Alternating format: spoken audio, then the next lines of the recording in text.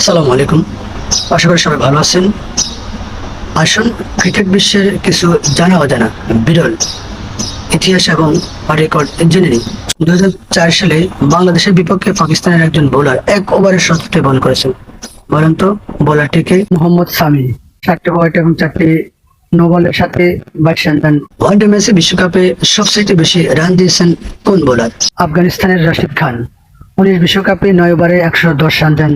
আইসিসির অনুমোদিত টি-20 ম্যাচে সবচাইতে কম রানে আউট হয়েছেন কোন দেশ? আইনলভ ম্যান এবং স্পেন ম্যাচে আইনলভ মাত্র 10 রানে অল আউট হয়। স্পেন 2 বলে ম্যাচ জিতে যান। ওয়ানডে ক্রিকেটে পাকিস্তানের দুজন ব্যাটসম্যান সবচাইতে বেশি রান আউটের শিকার হয়েছে। পাকিস্তানের ইনজামামুল হক এবং ওয়াসিম আকরাম 38 বার রান আউট হন। শ্রীলঙ্কার একজন লেজেন্ড ক্রিকেটার ওয়ানডেতে সবচাইতে বেশি 0 রানে আউট হয়েছেন। তো ক্রিকেটারটার নাম কি? সানাদ জয়সূরিয়া 34 বারের